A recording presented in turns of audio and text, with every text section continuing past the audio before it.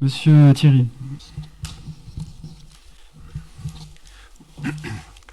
Le 24 février 2021, j'étais destinataire, comme tous les présidents de groupe, d'un mail de monsieur Jacques de Chambrin. Monsieur de Chambrin était adjoint au maire de 2014 à 2020. Il était encore conseiller municipal du groupe de sa vie sur ce début de mandature. Ce mail nous dévoilait que, pas une étude, donc un projet de complexe sportif dans le prolongement de l'école Maurice Béjart avait été effectué en 2017, donc comme vous nous l'avez dit tout à l'heure.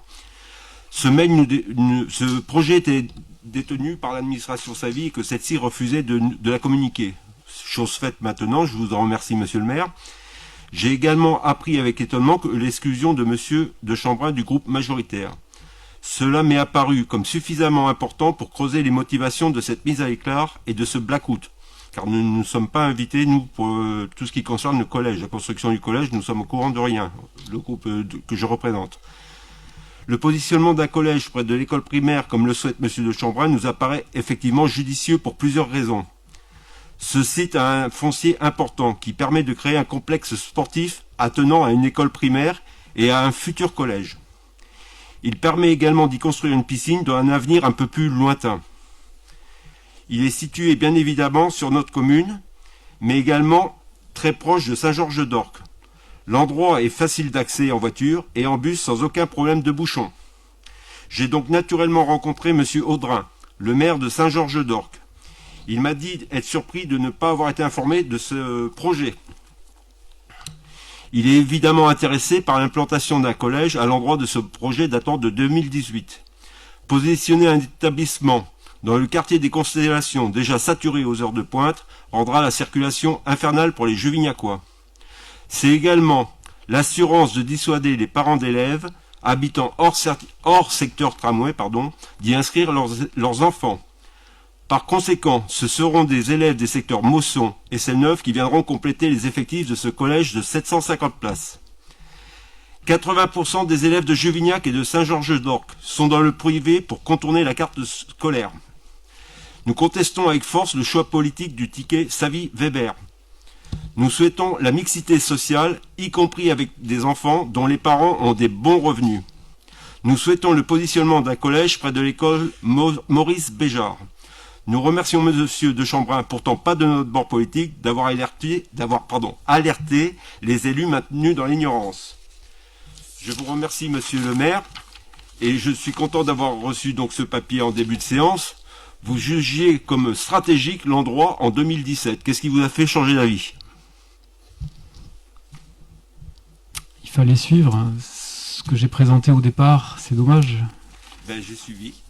Alors, qu'est-ce que vous avez compris du terrain ? J'ai compris que, en fait, c'était pas une étude, c'était un projet. Donc, vous aviez bien un projet. Voilà. C'est quoi la différence entre une étude et un projet ? Un projet, c'est l'idée de mener bien quelque chose. C'est une intention. Bien sûr, une intention qui était bonne, qui était très bonne en 2017. Tout à fait. Donc, en 2017, on avait l'intention de mettre l'école Maurice Béjart là-bas. Et vous avez bien suivi qu'aujourd'hui, ce terrain, il n'est pas accessible, il n'est pas constructible, il est en zone naturelle, il n'est pas aménageable avant 2024-2025. Au mieux, au moment où le PLU intercommunal sera prévu. Il est loin des habitations, loin des équipements culturels, loin des équipements sportifs. Il est dans la campagne, il n'est pas viabilisé, il est en zone feu. Il n'a rien pour lui, ce terrain.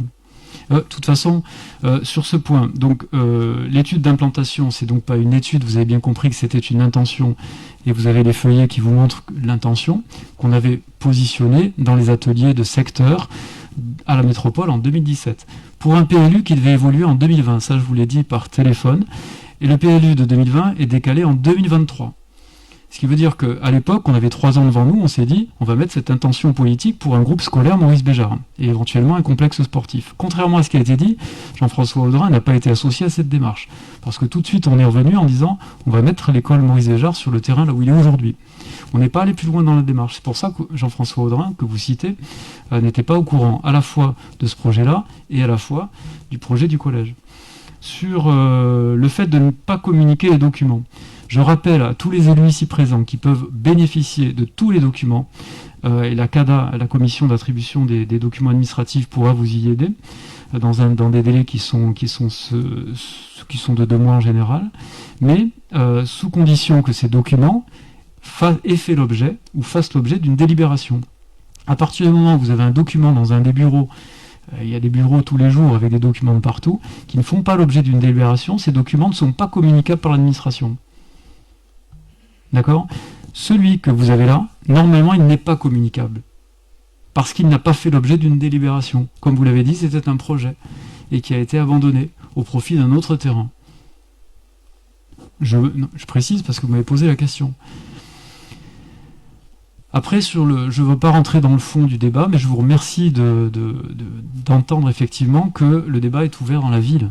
C'est-à-dire qu'on va s'approcher avec le 13 avril prochain et l'arrivée ici même de Renaud Calva, vice-président en charge des collèges et de la culture du département, de pouvoir commencer à élever un débat dans la ville avec les habitants. Aujourd'hui, les questions que vous posez, il est normal que vous les posiez, puissent être répondues par les uns et par les autres. Il n'y a pas de... Alors, on va pas faire... Juste une phrase. Sachant que les interlocuteurs le 21 juin pourront être différents que ceux que vous avez actuellement. Donc on pourra peut-être envisager d'autres solutions. Ouais. Oui, enfin, sauf quand même que c'est un projet que nous souhaitons depuis des dizaines d'années et que l'équipe ici présente est favorable à l'implantation et à ce projet, sous les conditions de stationnement, de circulation, d'intégration paysagère, etc. On vous en dira beaucoup plus le 13 avril, parce que les 2 cabinets que j'ai cités tout à l'heure, CEREG pour l'hydraulique et Esquisse pour la partie paysagère, que le département va associer, on vous en fera une belle présentation et vous verrez qu'à 3 voies, le projet sera beaucoup mieux décliné. Là, ce soir, l'objet, c'était de vous répondre uniquement sur la question orale que vous aviez posée. Comprenez-vous ? Voilà.